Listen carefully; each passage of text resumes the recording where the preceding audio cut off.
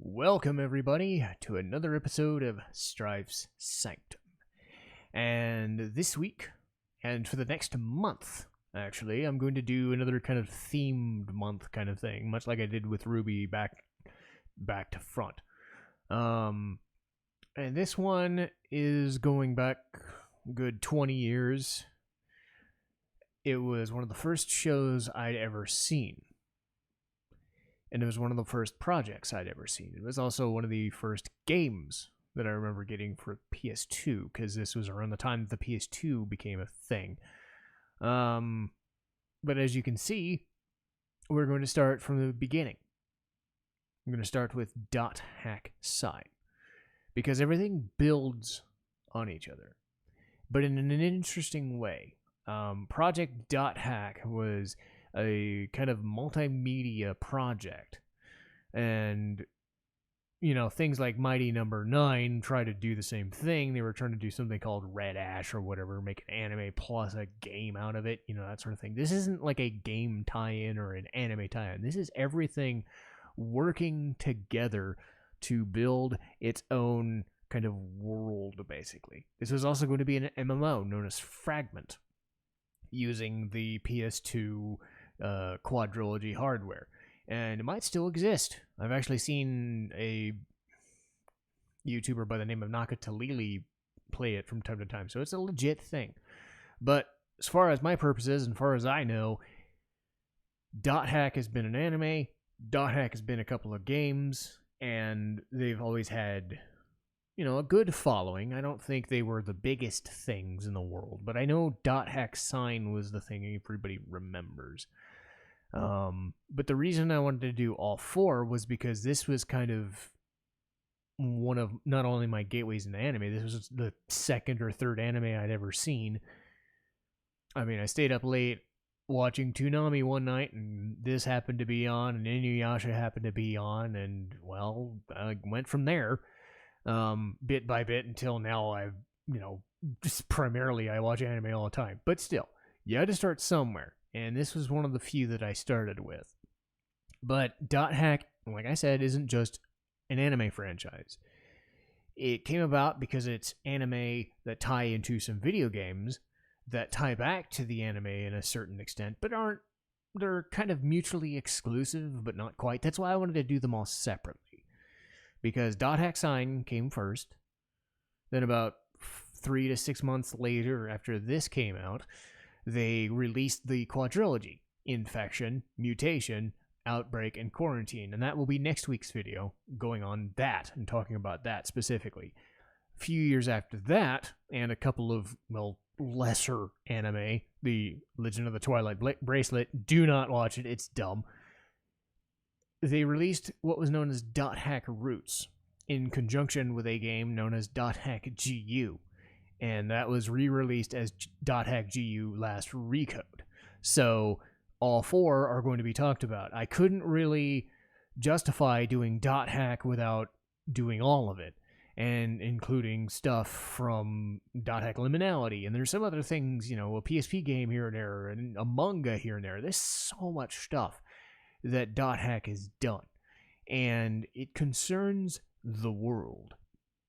And this was at a time when MMOs were in their infancy. I think stuff like EverQuest and whatnot, and I don't think WoW was even out yet, but I could be wrong. But MMOs were starting to become a thing, and this is ahead of its time. This is like those video game adaptation anime things you see all the time, those isekais where a guy's trapped in a video game and whatever.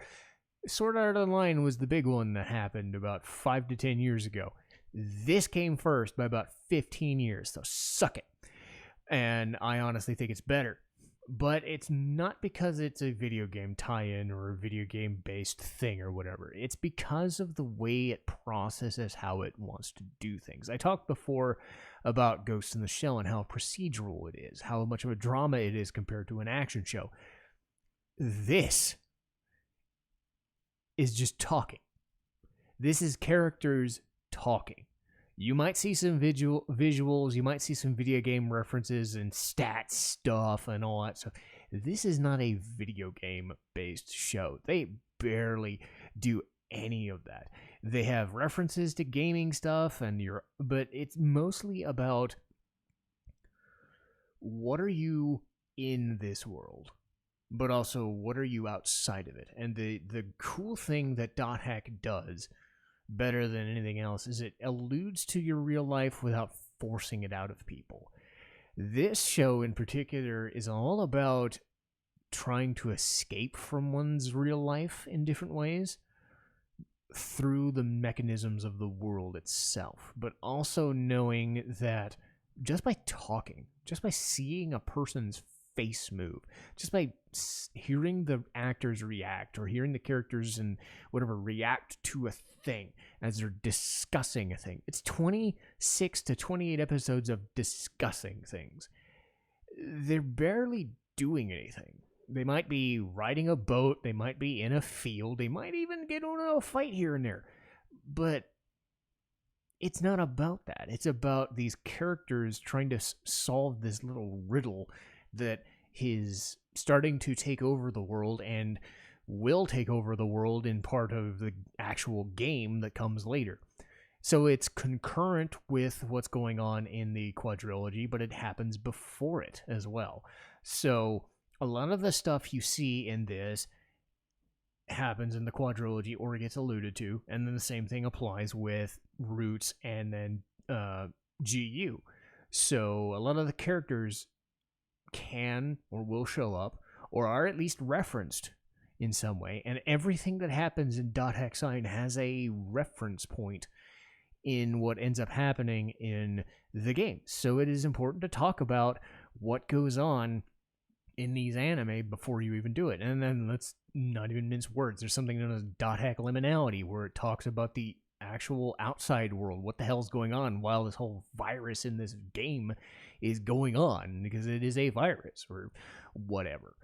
But again, this is about characters more than anything else, not even like action. I said before, it's mostly about what happens to characters. So this will be not so much spoiler heavy as I have done in some shows. Not even Ghost in the Shell. I didn't do too many spoilers for that. But again, if you're not invested in these characters or what they look like or the world or the mystery that they're solving, this show isn't for you. So hopefully I do a good enough job of expressing why the world or Dot Hack or the characters involved do a good enough job to justify it, because all you're doing is listening to people talk for 20 episodes, and you might be into that sort of thing. But we'll start with the main character and where this whole plot revolves around. Tsukasa. In the English version, voiced by Brienne Seidel, who was in Xenosaga as one of the main characters, Junior. That's what I know her from mostly. And Tsukasa is this character who cannot log out from the video game. It is established early on in the first episode, so that's not really a spoiler, so don't. That's their entire character. He doesn't understand why he's there. He doesn't understand why he is able to feel pain or feel sadness or feel something. Like everybody else has like a headset, like a VR headset monitor thing and the controller, and they can do their thing. It's like half between, VR headsets and, Virtual Boy kind of thing. And remember, this was 2002, so stuff like Oculus and shit hadn't come out yet. But unlike everybody else, he can't see himself. He's inside the world. So he's this scared boy who, alluded to here and there in the episodes, has a kind of a broken home and tries to do things in the real world, but his father is always against him for some reason. And that leads to Tsukasa being this very guarded person and doesn't really like people, doesn't want to be around people. Most of the time, people have to kind of force themselves upon him, and he just kind of gets used to it. And the entire show is kind of revolving around what machinations are in play because he can't log out, and it ends up being a thing. The second main character is Lady Subaru, voiced by Kim My Guest, who was Mei Ling in Metal Gear Solid. And Subaru is just the nice, stern... It's weird how to describe her. It's like she's very like forceful personality, but very guarded.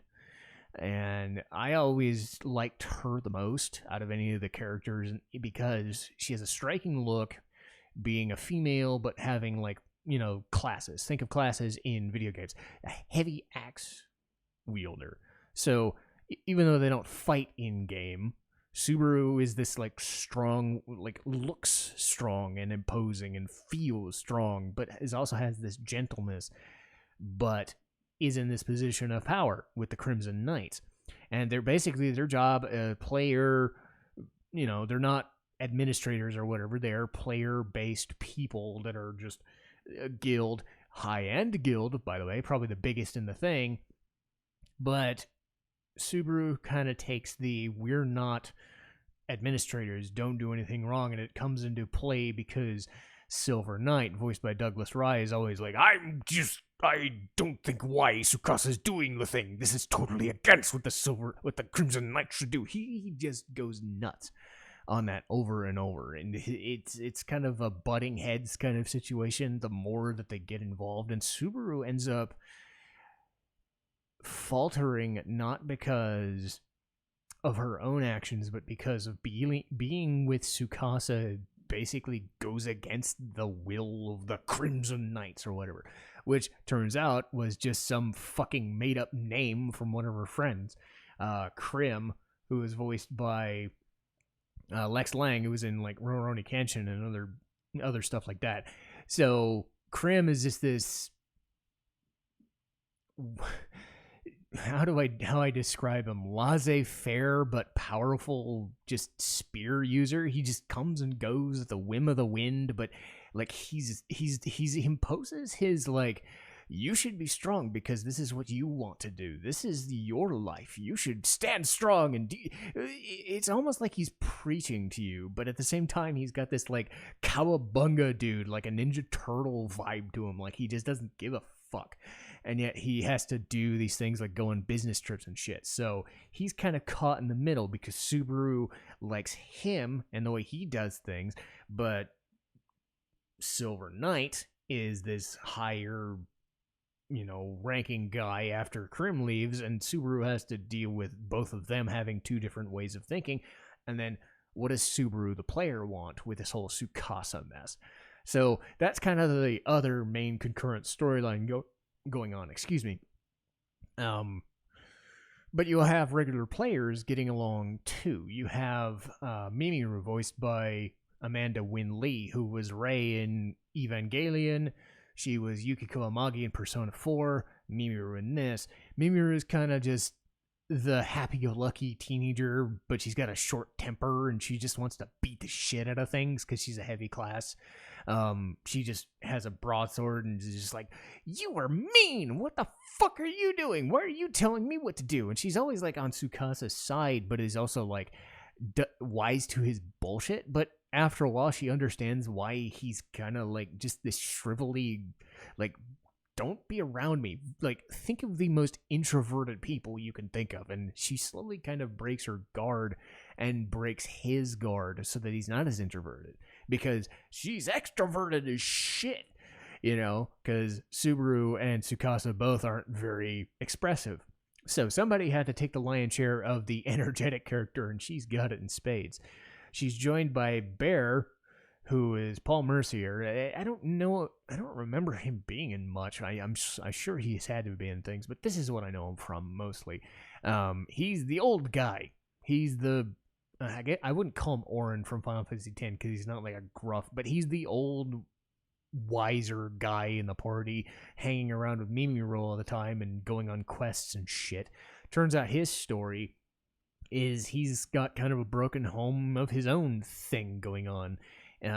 His son is just kind of a bit of a dipshit, and they kind of allude to it a little. And Bear kind of has this thing where he wants to be Tsukasa's foster guardian kind of thing after a while, but he doesn't know how to express it because he doesn't think Tsukasa's kind of doing things the right way.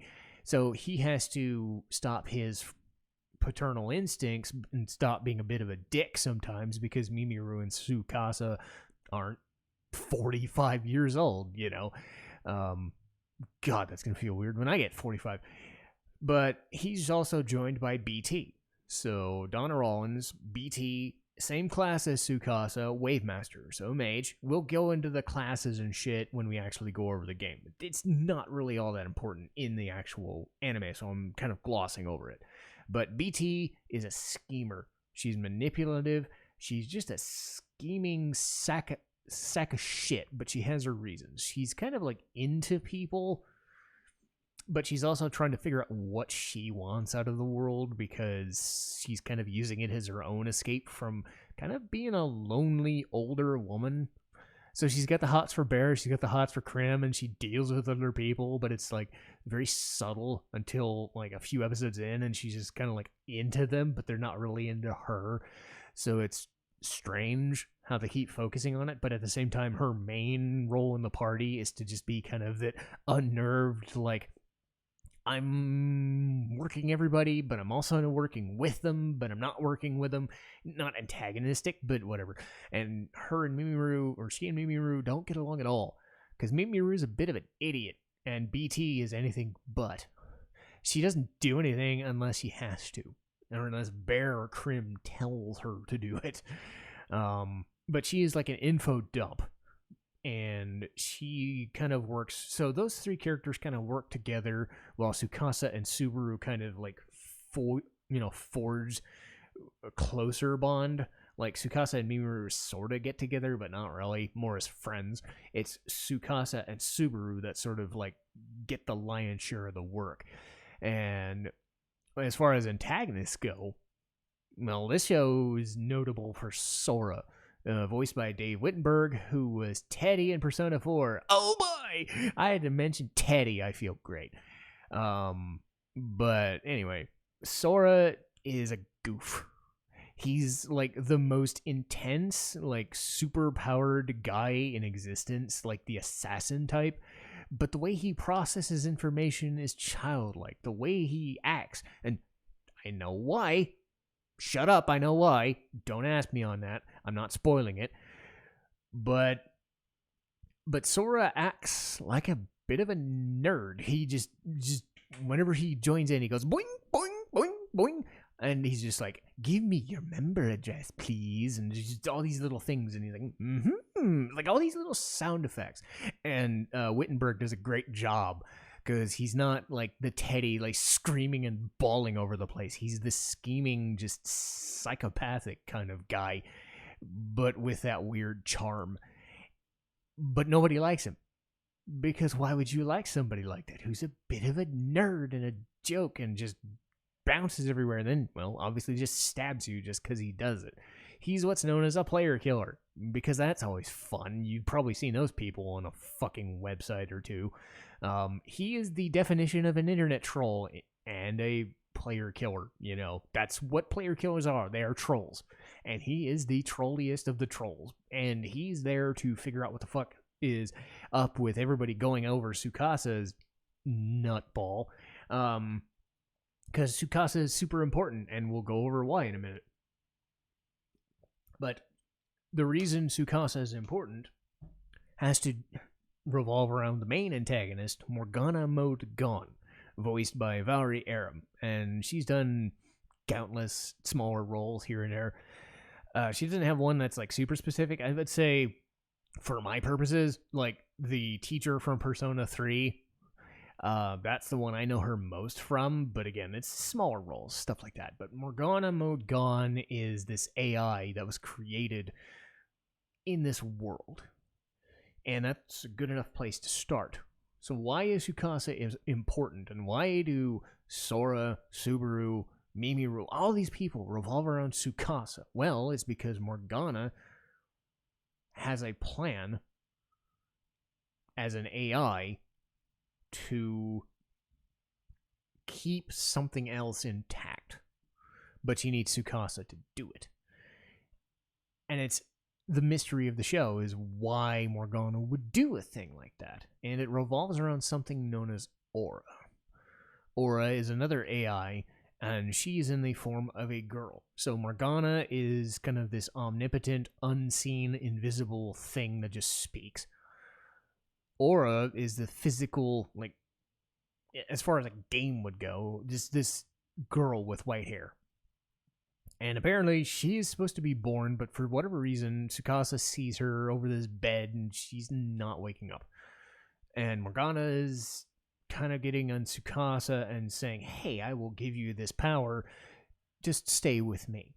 So why is that happening? Why is this such a big deal? Well, Tsukasa can't log out. That raises red flags.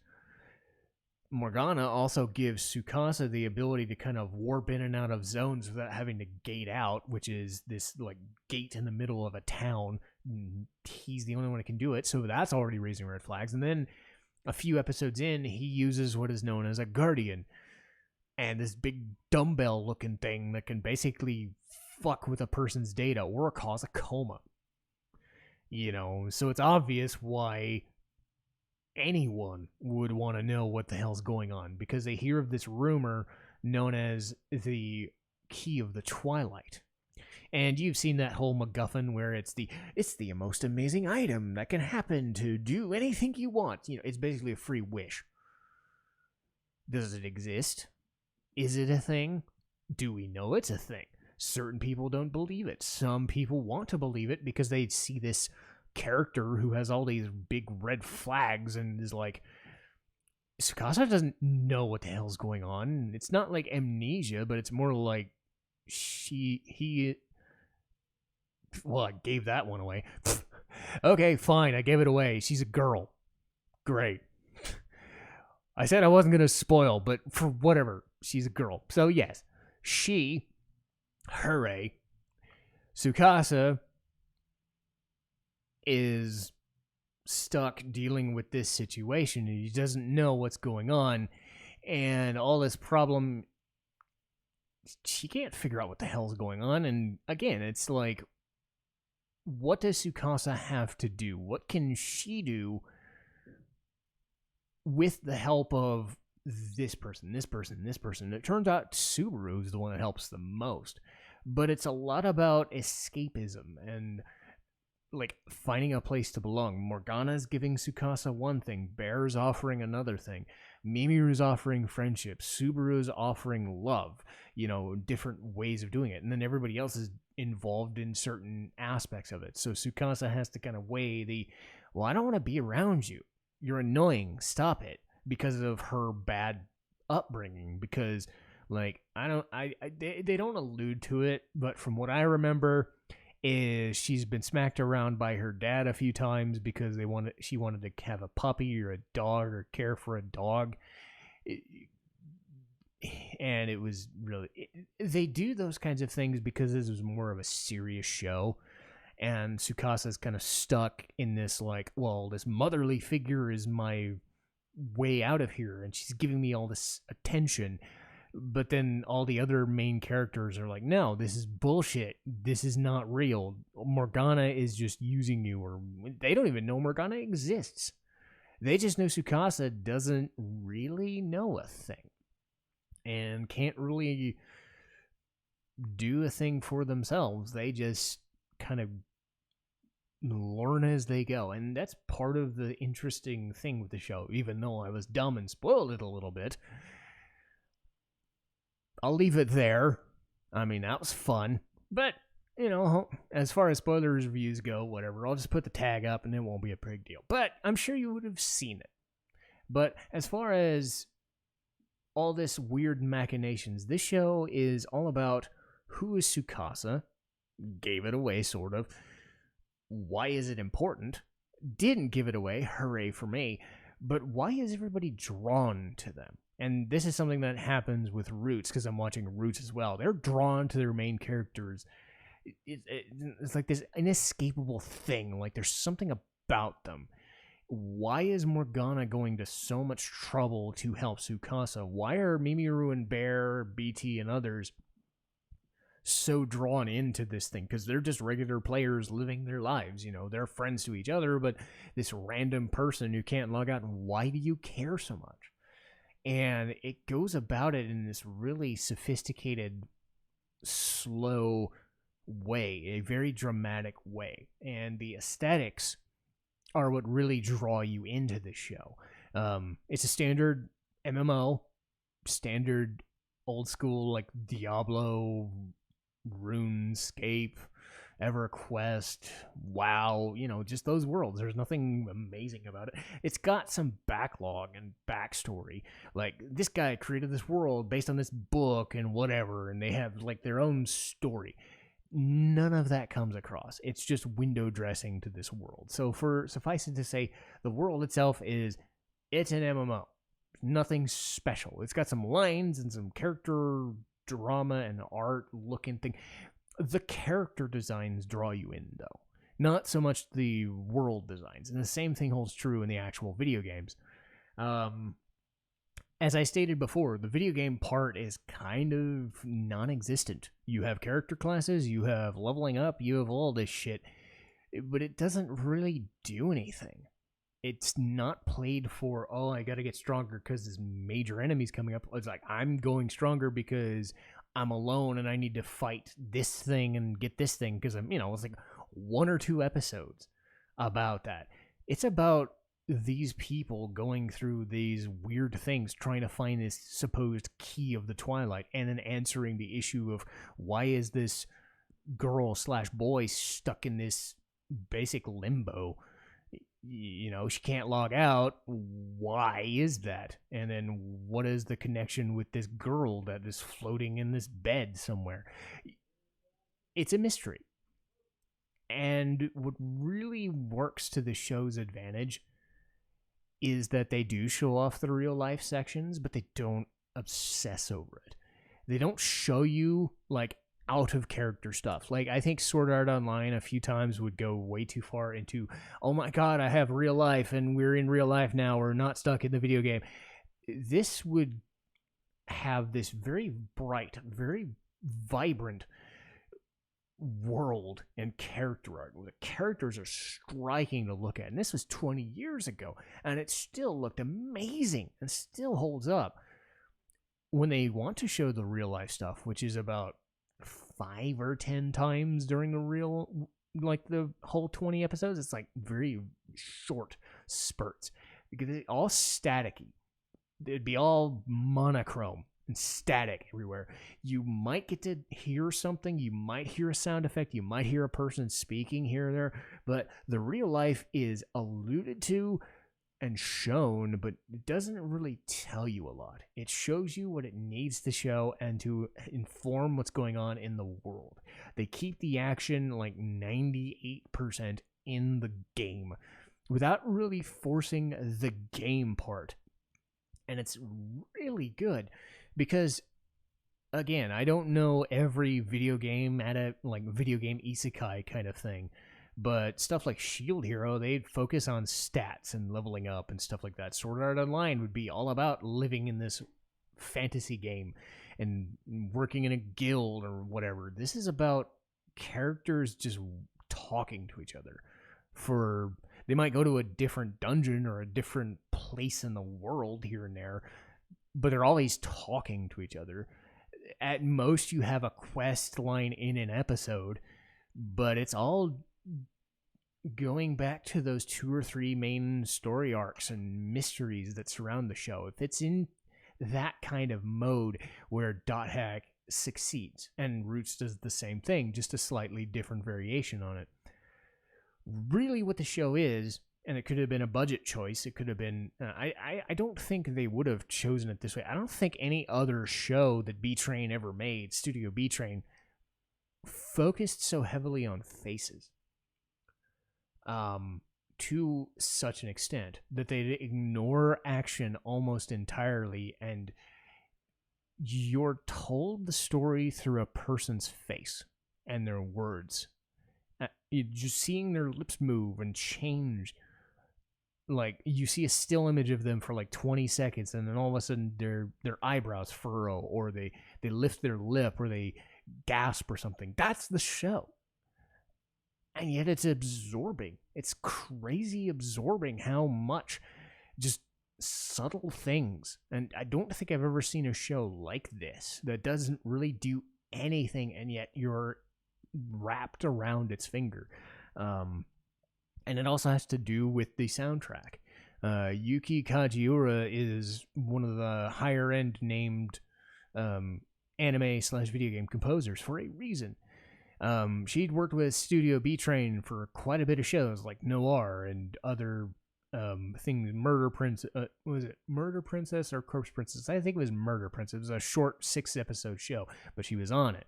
She's done video games like Xenosaga 2 and 3, and it's a very distinctive, like, techno-y, but also like subdued, like almost a horror techno kind of thing. But it's very subtle and soft. And you know it when you hear it. You know when you hear her sing. You know when you hear her style of music, because it is very distinct, even by anime soundtrack standards. It is its own thing. Dot Hack is its own thing. And again, I don't know if this is everybody's thing. Because when you're focusing on a mystery, and you're focusing so heavily on a character's reaction to what is going on in this episode, really, from 2 to 3 episodes, there's not a whole lot going on. But you can see it sort of build. And while I think that's a great thing, I also think for somebody who's never seen it before, or maybe not be into that sort of thing, or expecting some action, or expecting Dot Hack, it's a video game thing, oh, it's so great. No, there's no action involved. There is absolutely none. You might see a magic spell or some fights 5% of the time, but that other 95% of the show is faces. People's bodies sitting on a bench somewhere, standing around in a field. But it's so absorbing. But it is very slow. It is very deliberate, even more so than Ghost in the Shell. Ghost in the Shell is very episodic and deliberate. I'd say this rivals it as far as just not doing a thing, but also letting a thing breathe. I don't know what you would even call this other than just dramatic. It has its own thing, and it is reveling in its own thing. And the villain's motives don't even show up until way late. You don't even know why. You can suspect, but without the context of the video game, you don't even really know, well, what is Morgana doing and why is it doing? They don't allude to it till very late. That is one of the mysteries that I will not spoil, even by accident. Derp. It's one of those things where as the things start to fit together and the characters start to change and their allegiances start to form and change and splinter off into these things, you still don't know what the villain's trying to do until they have to.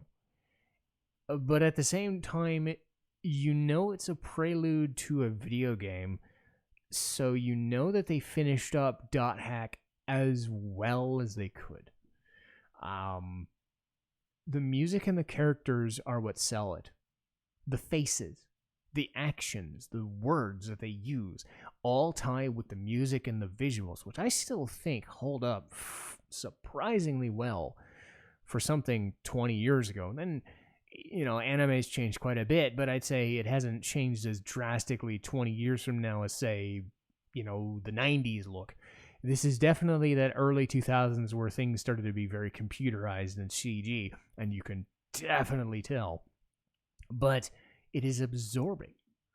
And that is a trend. That is a word that I've used to describe Dot Hack, and I probably will use over and over. What does Dot Hack sign mean to the whole grand scheme of things? It introduces the concept. It shows you characters inside a video game and how they react to people in a situation as dire as, I'm stuck in a video game, what do I do?